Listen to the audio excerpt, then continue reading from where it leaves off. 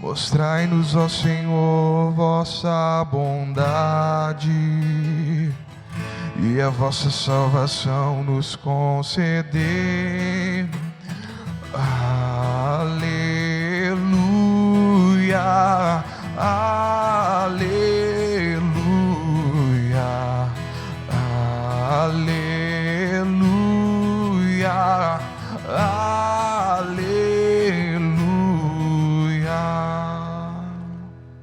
O Senhor esteja convosco. Ele está no meio de nós. Proclamação do Evangelho de Jesus Cristo segundo Mateus. Glória a vós, Senhor. Naquele tempo, Jesus disse aos seus discípulos: a vinda do Filho do Homem será como no tempo de Noé. Pois nos dias antes do dilúvio todos comiam e bebiam, casavam-se e davam-se em casamento, até o dia em que Noé entrou na arca. E eles nada perceberam, até que veio o dilúvio e arrastou a todos. Assim acontecerá também na vinda do Filho do Homem.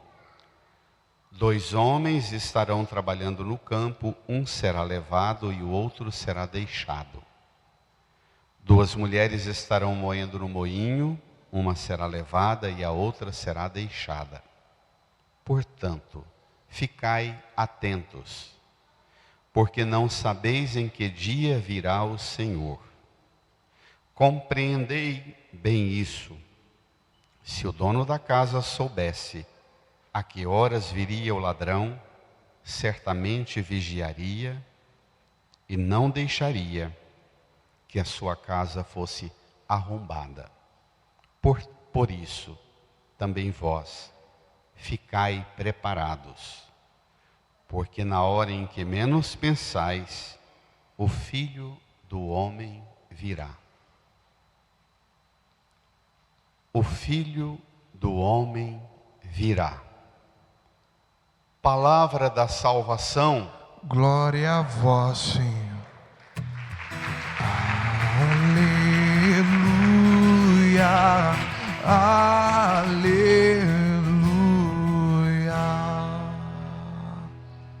Nos recolhamos num tempo de profundo silêncio.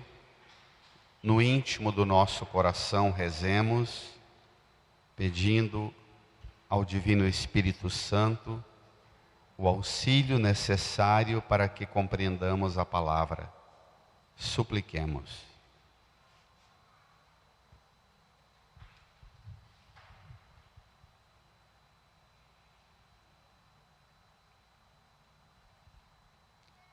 Amém. Irmãs e irmãos, com o pôr do sol de ontem à tarde, iniciou no mundo inteiro o calendário novo chamado o ano litúrgico, o calendário das nossas celebrações que vamos até o fim de novembro do ano que vem. 4 semanas antes do Natal, nessas 4 semanas nós meditamos o mistério da vinda do Senhor. 2 dimensões importantes. Ele já veio, como vamos celebrar no Natal, há 2000 anos, mas também uma outra afirmação de fé, ele virá. Nós cremos firmemente e conduzimos a nossa vida como um povo que espera a vinda do Senhor. Essas 2 vindas são certezas, convicções profundas da nossa fé.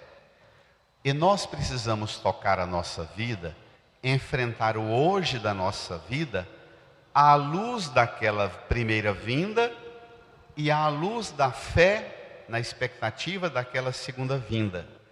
Essas duas vindas do Senhor deve fazer a gente saber enfrentar a realidade concreta de nossa vida, pela luz dessa fé, iluminar e discernir hoje, agora, que rumo estamos. Começamos um ano novo litúrgico e começamos hoje também no mundo inteiro a ler o Evangelho de Mateus. Curiosamente, a gente abre o Evangelho de Mateus, o primeiro texto que a gente lê está lá no capítulo 24, quase o 25. Mateus são 28 capítulos, até novembro do ano que vem, predomina nos domingos a leitura corrente desse Evangelho, e nós abrimos o Evangelho lá na cena em que Jesus está em Jerusalém e no templo, nos dias e horas que antecedem a sua prisão e a sua morte. Os discípulos estão desolados, aflitos com a iminente morte de Jesus. Jesus não puxa para si o drama falando do seu sofrimento. Ele também não dá muita corda para a atenção e o medo dos discípulos, mas aponta para os discípulos uma realidade futura. Ele diz: olha, vai acontecer isso comigo, isso vai passar, vocês tocarão a vida de vocês, olhem para frente e aguardem a minha próxima vinda, eu voltarei. E é bem nesse ambiente da próxima partida de Jesus que ele manda a gente olhar lá para frente. Vamos lá? No seu folheto número 8, Mateus capítulo 24, versículo 37 a 44. Jesus virá, é a palavra final do Evangelho de hoje. O Filho do Homem virá. Como deve ser a vida de quem crê e caminha guiado por esta certeza? Vamos lá. Naquele tempo, Jesus disse aos seus discípulos: vocês? A vinda do Filho do Homem será como no tempo de Noé, pois nos dias antes do dilúvio, todos comiam e bebiam, casavam-se e davam-se em casamento, até o dia em que Noé entrou na arca. Espere lá. A vida de Israel, do povo de Deus, estava caminhando para um caos. Noé, um velhinho sábio, olhava aquela sociedade caminhando para um colapso.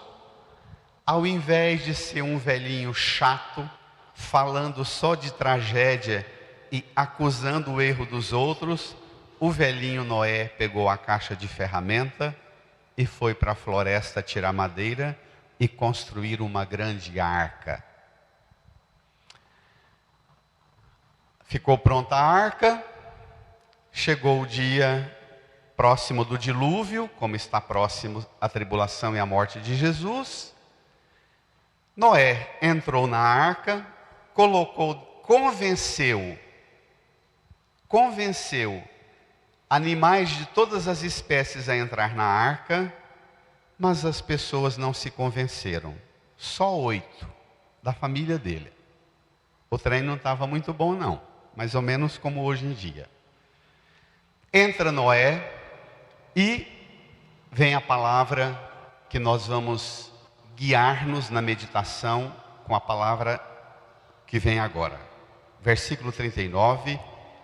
E eles nada perceberam, até que veio o dilúvio e arrastou a todos. Assim acontecerá também na vinda do Filho do Homem.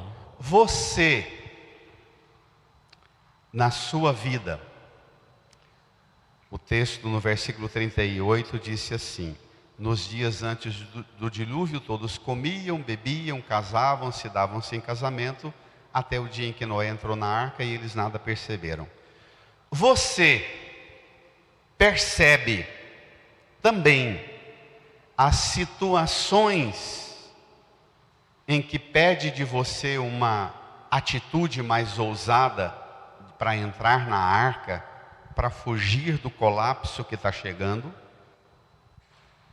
Você come, bebe, cuida do seu casamento, da sua família, mas você é alguém atento às realidades maiores. Você é do tipo de gente que sempre que os problemas chegam na sua vida, você já estressou tanto com eles que você não dá conta de resolvê-los porque você já está doente de tanto ter se estressado e antecipado no estresse com os problemas? Boa pergunta, né? Você é do tipo de gente distraído que vive mergulhado nos enfrentamentos da sua vida e que você não percebe que há saída, há uma arca? Ou você só vê problema e a fadiga de suas responsabilidades, ou a distração das suas atividades? Você enxerga que há uma arca, que tem solução para a vida.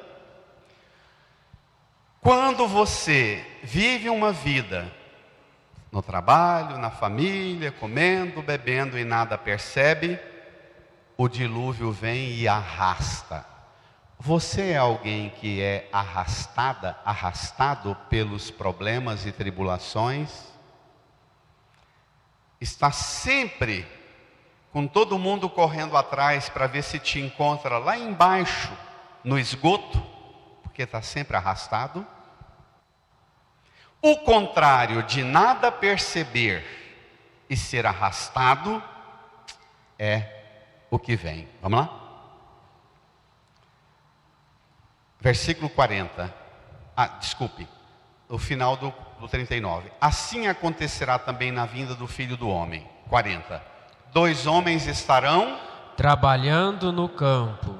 Um será levado e o outro será deixado. 2 mulheres estarão moendo no moinho. Uma será levada e a outra será deixada. Portanto, ficai atentos. Por quê? Não sabeis em que dia virá o Senhor. Que diferença tem o homem e a mulher que estão trabalhando no campo e no moinho e que são levados e os que são deixados? Lá com Noé, os que foram deixados, os que não entraram na arca e não perceberam, foram arrastados pelo dilúvio. Que diferença tem ser levado ou ser arrastado? Tem diferença? Tem? Você é um tipo de gente que tem sempre a mão de Deus te levando, ou você é um tipo de gente que vive sendo arrastado? Arrastada. Boa pergunta, né? Ser levado é bacana porque 2 homens trabalhando no campo, 2 mulheres no moinho. Um é levado, outro é deixado. Por que um é levado? É cota? É sorte? Não. É aqui dentro. É um dispositivo aqui dentro de viver esta vida atento a uma realidade maior do que esta das fadigas daqui. É não torrar toda a energia, reservar um pouquinho de gás, não ficar no comer e beber, na distração, nem no trabalho, reservar uma porção de forças para dar conta de entrar na arca e fluir. Noé construiu a arca, Jesus construiu a igreja. Existe sempre para você uma possibilidade de sair dos riscos eminentes que podem arrastar você, sua casa, sua família. A igreja é a arca, é a barca. Você é uma pessoa atenta atento que não é o mesmo que estressado. Pelo amor de Deus, não saia daqui mais estressado do que já está. Ser atento significa assumir e cuidar das responsabilidades daqui e ter uma conexão com uma realidade maior, uma abertura a uma realidade maior.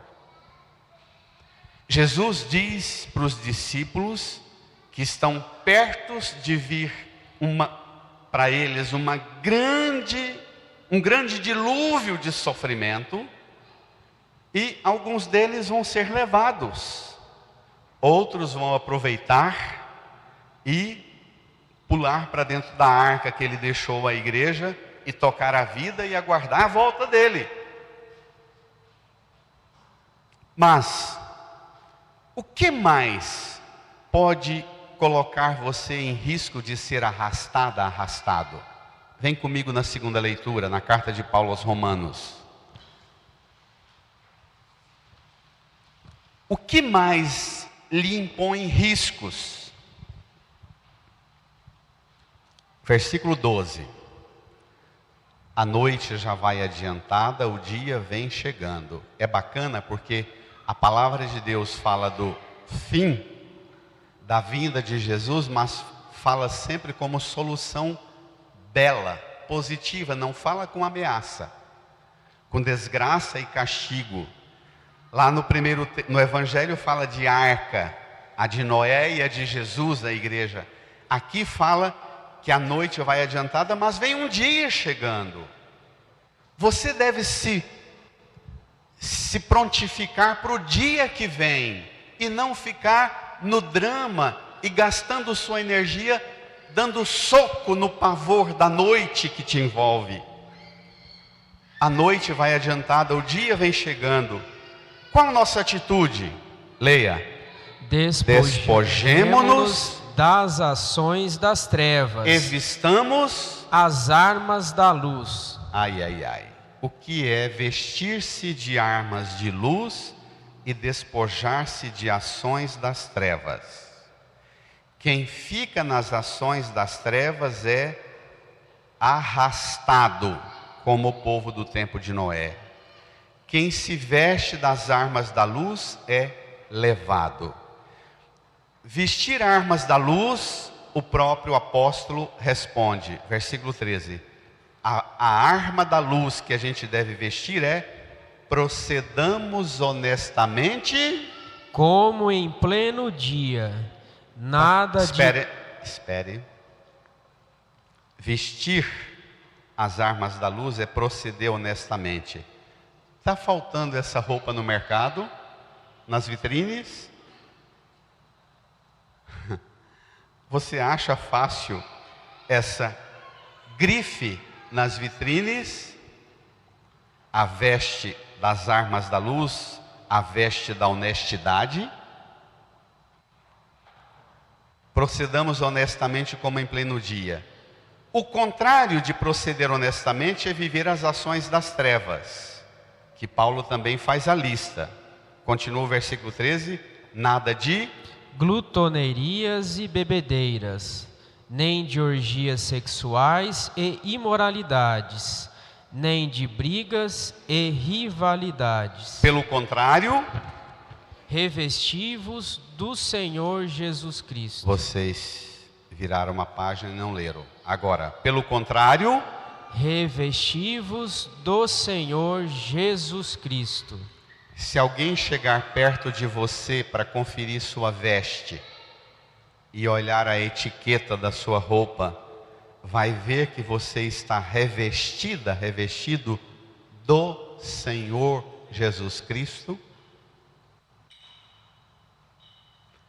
Ou você está revestido das ações das trevas, com glutonerias, só pensa em comida, em bebida, orgia sexual, imoralidade, briga e rivalidade, está o tempo inteiro nas coisas do mundo e para as coisas do mundo.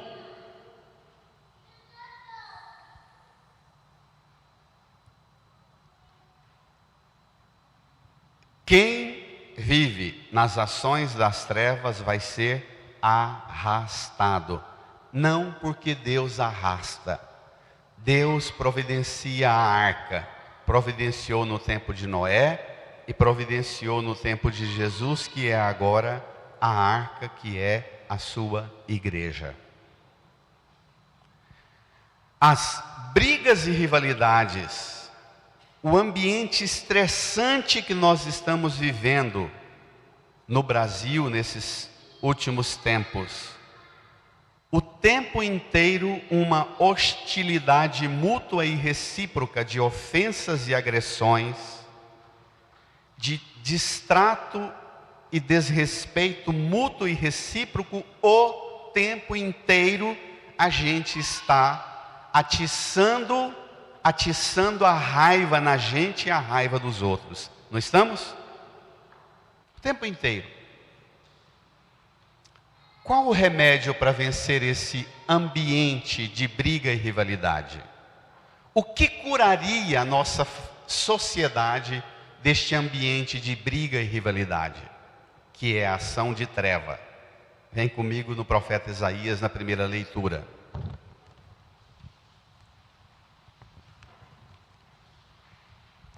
Isaías capítulo 2, versos 1 a 5.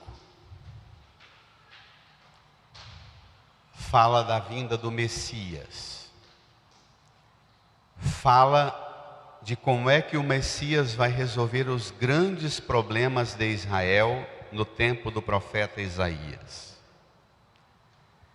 Preciso situar as irmãs e irmãos. Isaías viveu entre o ano 740 e o ano 700 antes de Cristo.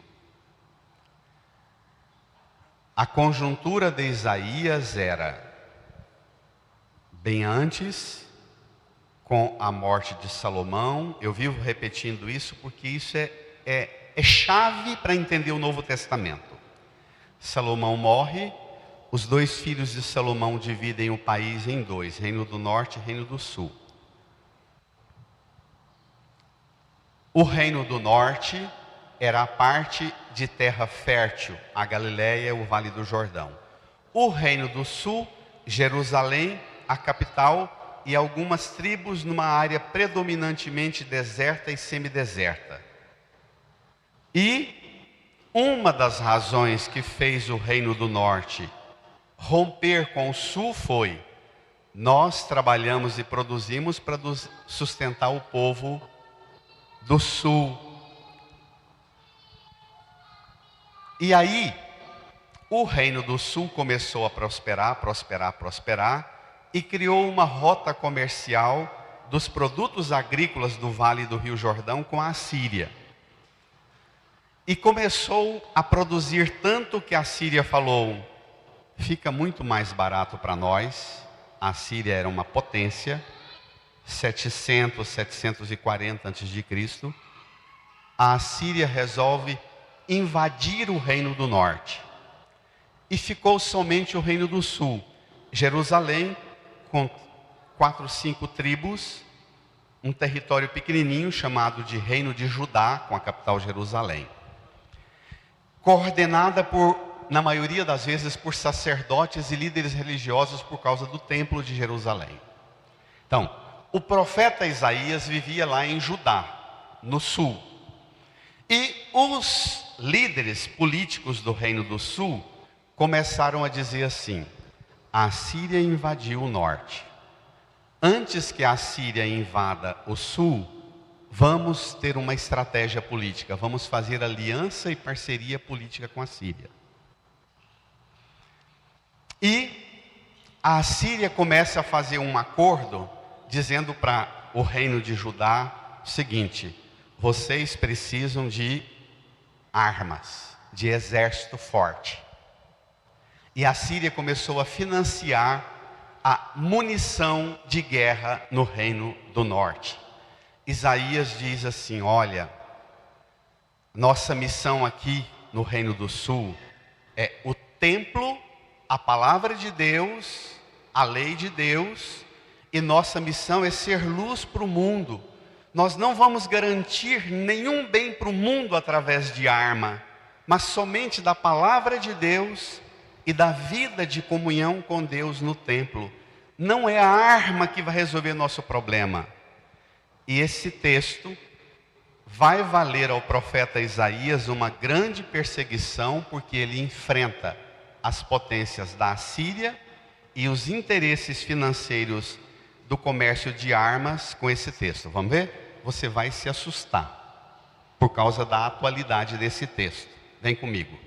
Versículo 4. Falando da vinda do Messias. Que quem vai trazer vida digna e bênção será o Messias. Versículo 4 diz assim: o Messias, ele há de julgar as nações e arguir numerosos povos. Ele vai argumentar e convencer numerosos povos. Então, ao invés de Israel trazer a arma da Síria, é o Messias que vem para Jerusalém e a partir de Jerusalém vai argumentar com os numerosos povos. E os povos vão fazer o seguinte, leia comigo. Estes transformarão suas espadas em arados e suas lanças em foices. Não pegarão em armas um contra os outros, e não mais travarão combate. Pegue comigo.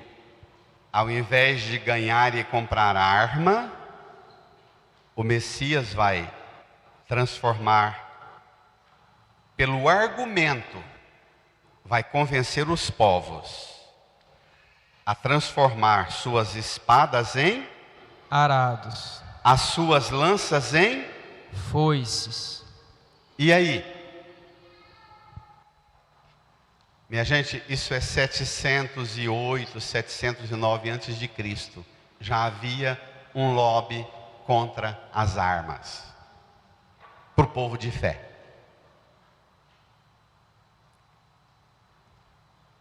Repito, 708, 709 antes de Cristo já havia um lobby profético contra as armas. Arma não traz e não garante a paz. O que garante a paz é ferramenta de trabalho. Eles transformaram as espadas em arados, as lanças em foices. O Brasil não tem problema de falta de trabalho. O Brasil tem problema de má gestão da mão de obra. Nós hoje gastamos uma fortuna trilionária para os benefícios necessários e urgentes para quem está passando fome, mas é pouco. Em 1 ano e meio, 2 anos, nós não deveríamos ficar dando dinheiro para ninguém. Em 1 ano e meio, 2 anos, nós deveríamos dar conta de dar qualificação e competência profissional para o trabalho, para que toda brasileira e todo brasileiro tivesse condições e ferramentas para trabalhar e ter o seu sustento através do seu trabalho. Não é não? Não é não? Mas colocar as massas em casa e ganhando benefícios dá o quê? Voto. Não dá? 700 antes de Cristo. Transformar as ferramentas. Hoje, para quem lê jornal, o louco lá da Coreia planeja transformar a Coreia na maior potência nuclear do planeta. Com um botão explode a Terra. E a gente acha, aquela guerra da Ucrânia, que a gente se assusta com ela, se você for lá e pegar uma lupazinha e achar as bombas caídas no chão da Ucrânia, e por uma lupa você vai ver Estados Unidos, Alemanha, França, Itália, é que vende aquela arma para lá, não é não? Então, ao mesmo tempo que é contra a guerra, comercializa a arma para sustentar a guerra. Porque não tem nada que move mais a economia do planeta do que guerra.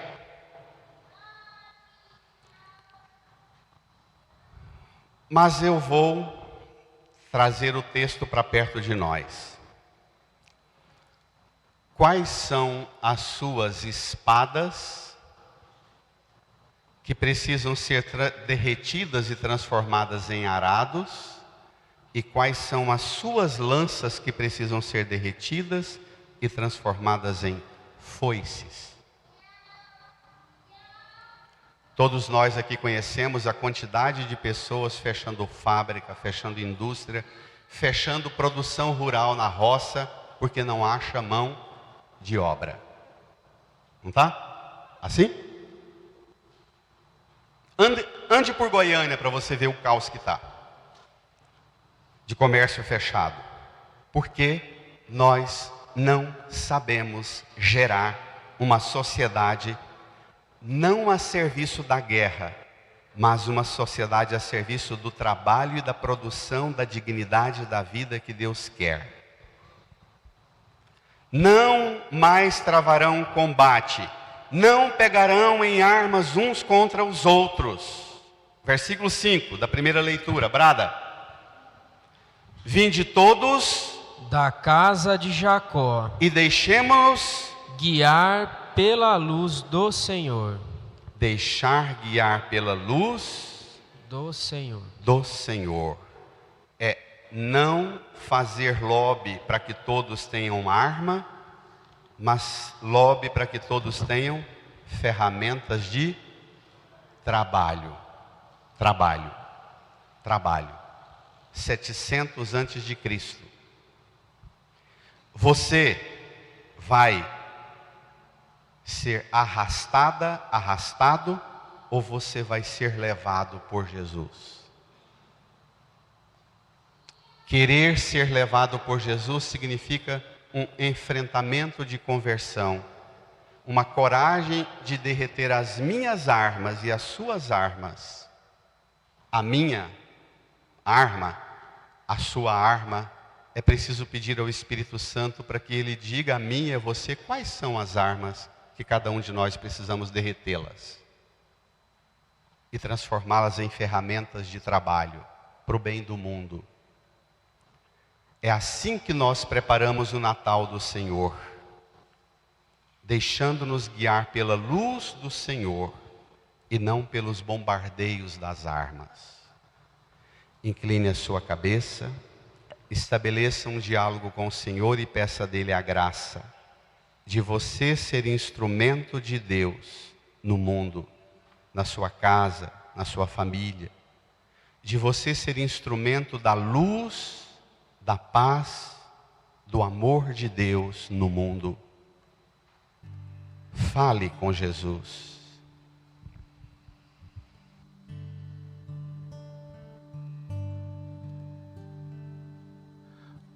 Hoje o céu se abre para derramar sobre os corações toda a graça do Pai. Eu também quero me derramar de todo o meu coração nos braços do Pai. Vem, Espírito Santo, com teu poder tocar meu ser, fluir em mim. Vem, Espírito Santo, com teu poder tocar meu ser, fluir em mim.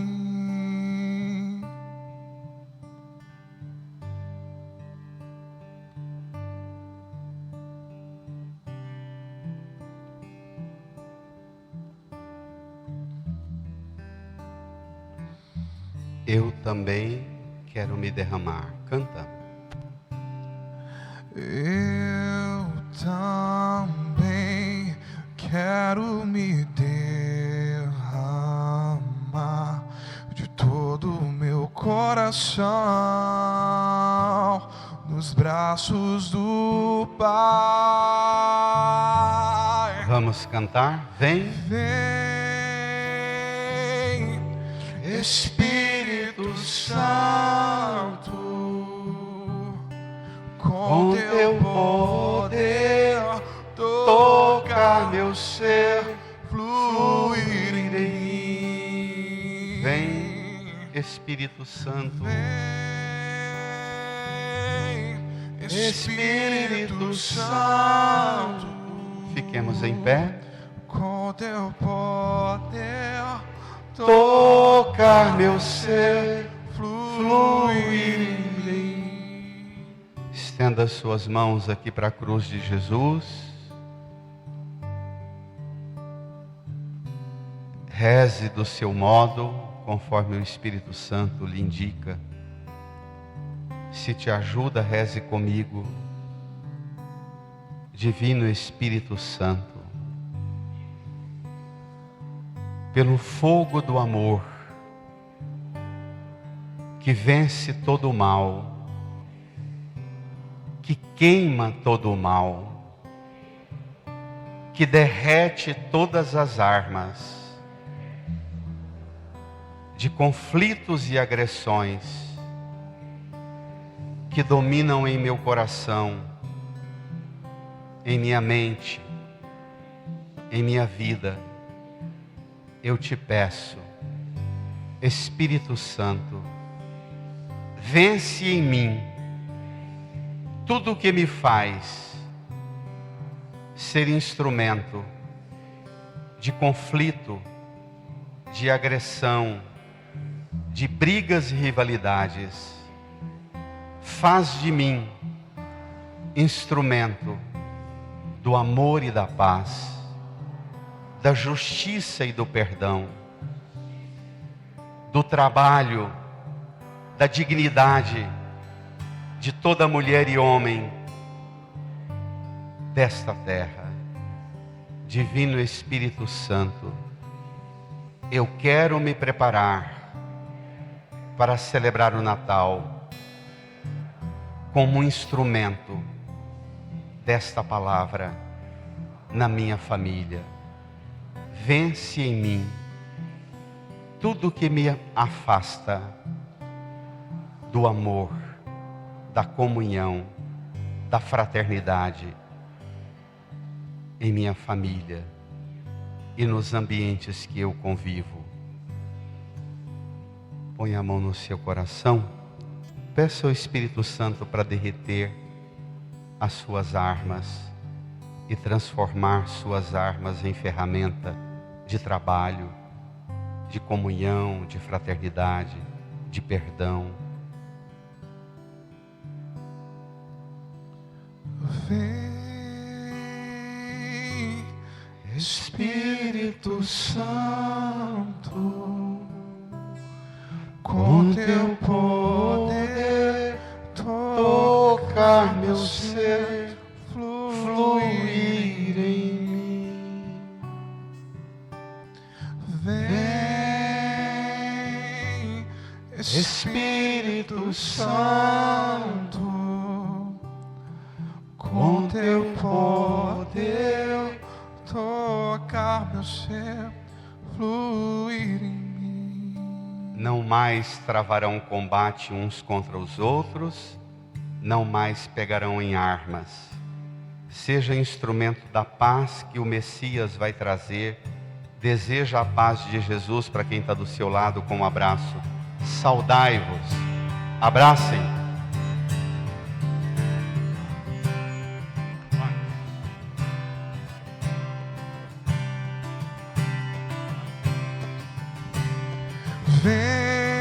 Vem, Espírito Santo,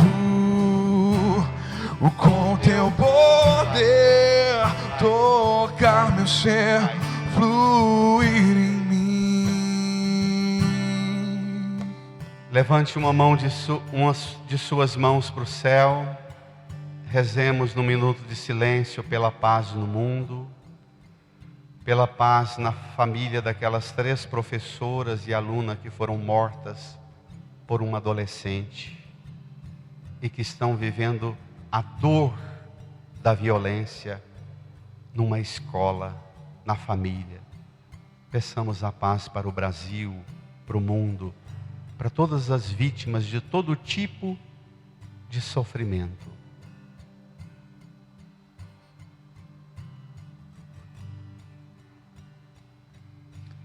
A paz do Senhor esteja sempre convosco. O amor de Cristo nos uniu.